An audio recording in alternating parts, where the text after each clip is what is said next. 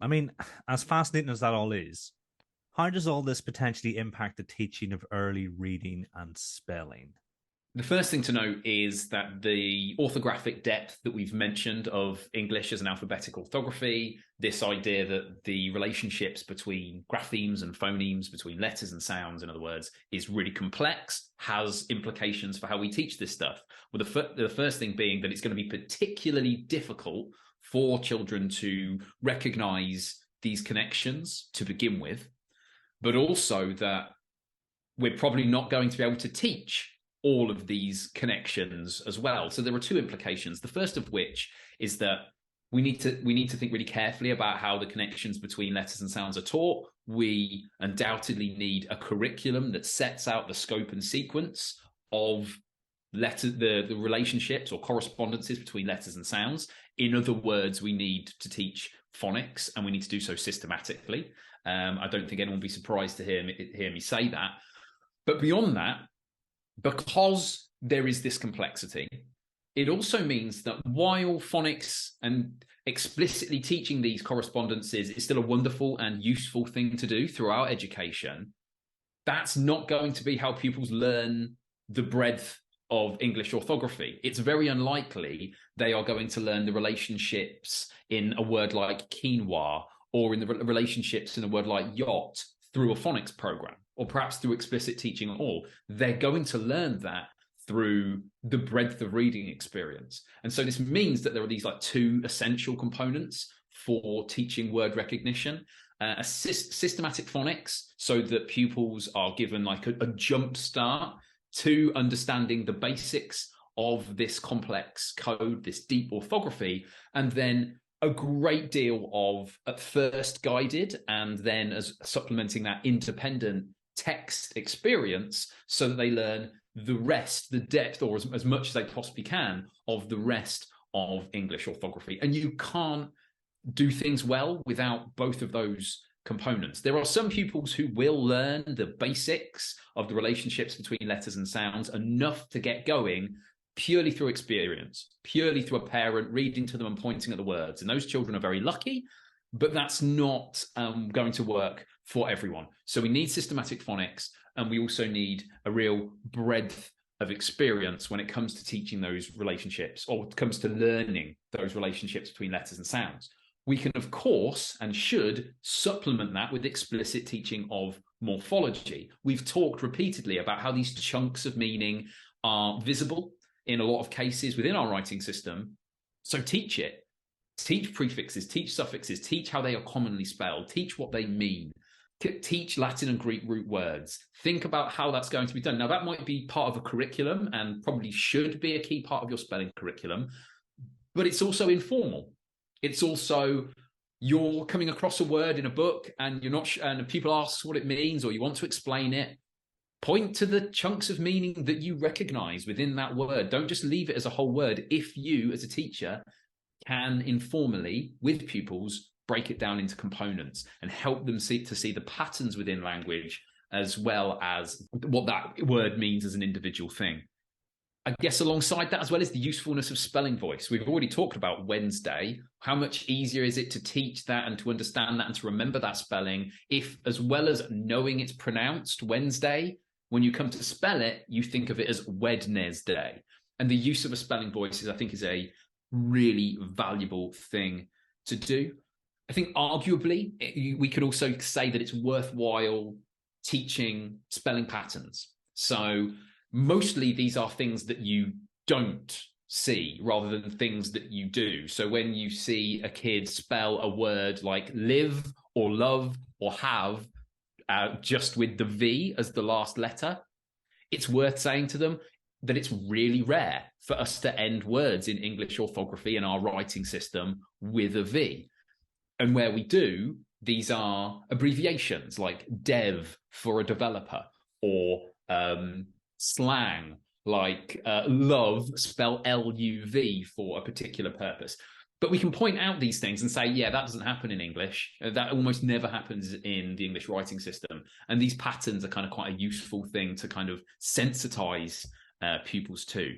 So in short, teaching phonics systematically, making sure that pupils have a real breadth of experience, at first guided and then over time independent as well as that. Teaching morphology explicitly, thinking about the use of a spelling voice when teaching spelling, and considering the spelling patterns within a language are probably kind of the key implications of all this stuff. It's interesting you chose quinoa. I think that's the final screener question when you join MI6. Anybody who reads it aloud, quinoa, they get shown a different door and they're not allowed back in. Can't be trusted written on their form. And then you pass, and then you accidentally, you on your way out, you accidentally say hyperbole instead of hyperbole, and then they regret their decision to accept you into MI6. Yeah, I must have been in my late 20s. Well, no, early 20s. It was definitely university, and it was because it's on a big sign, I think, in some chain, and I had no idea how it was pronounced. Yeah, me neither. What to add? That's pretty systematic. I think there's a few things.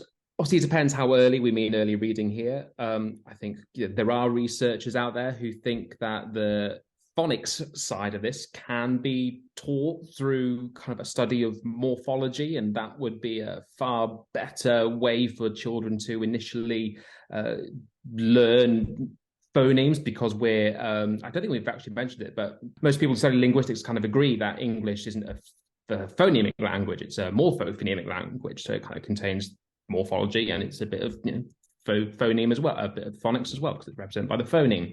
And so there are kind of researchers out there who think, well, because it's morphophonemic, let's not hide that straight away, and let's kind of go in as the morpheme. It's not a position I agree with, but that it does give credence to the fact that, we shouldn't hide away from this morphological layer that is the English language.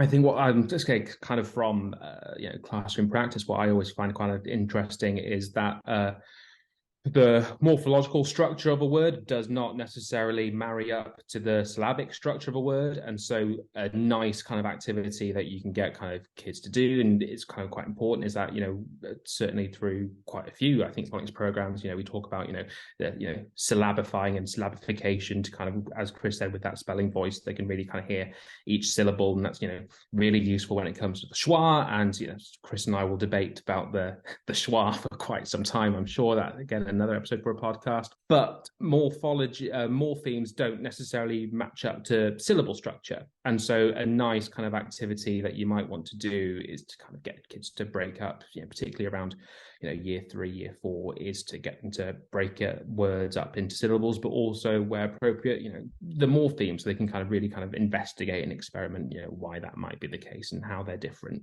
Because I think that's quite important. It's when you kind of have the morphological hat on, it's kind of quite easy to forget that syllables also exist. You kind of go straight in for the syllabic structure rather than looking for those morphological meaning. And again, I agree with Chris that I would love for there to be a good scope and sequence that kind of takes the affixes that are in the national curriculum, that really kind of put those into a real logical order.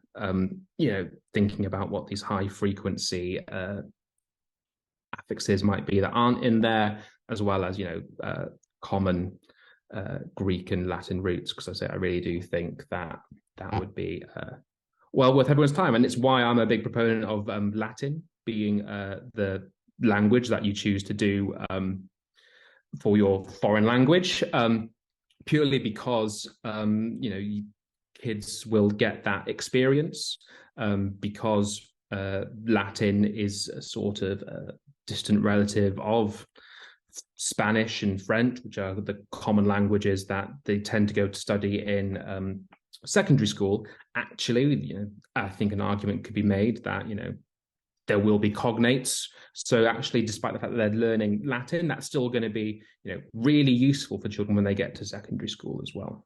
If I may just like to jump in a little bit on what you mentioned there about people suggesting that we should teach or should structure early reading instruction around the morpheme. Effectively, there is a suggestion that, okay, we need to teach phonics, or let me rephrase, we need to teach grapheme-phoneme correspondences, and the best thing to do is teach them in a meaningful environment. And the way to do that is to look at the morphemes that are within language and teach word families. I think there's real value potentially in teaching pupils about word families early doors. And it wouldn't surprise me if down the road we see research that suggests that actually embedding morphology into early reading instruction is a really valuable thing. What I massively disagree with proponents of this idea is where they say that, okay, this is the way to effectively to structure a phonics curriculum. They wouldn't put it in those terms. They would say this isn't phonics because they have their own idiosyncratic view of what phonics is, which doesn't align with any definition I've seen elsewhere. Phonics is just the teaching of the relationships between graphemes and phonemes and how to use them, or the relationship between letters and sounds and how to use them. That's how it's defined. If you organize a phonics curriculum, you want it to be in a way that starts from relatively simple stuff and builds up to the complex.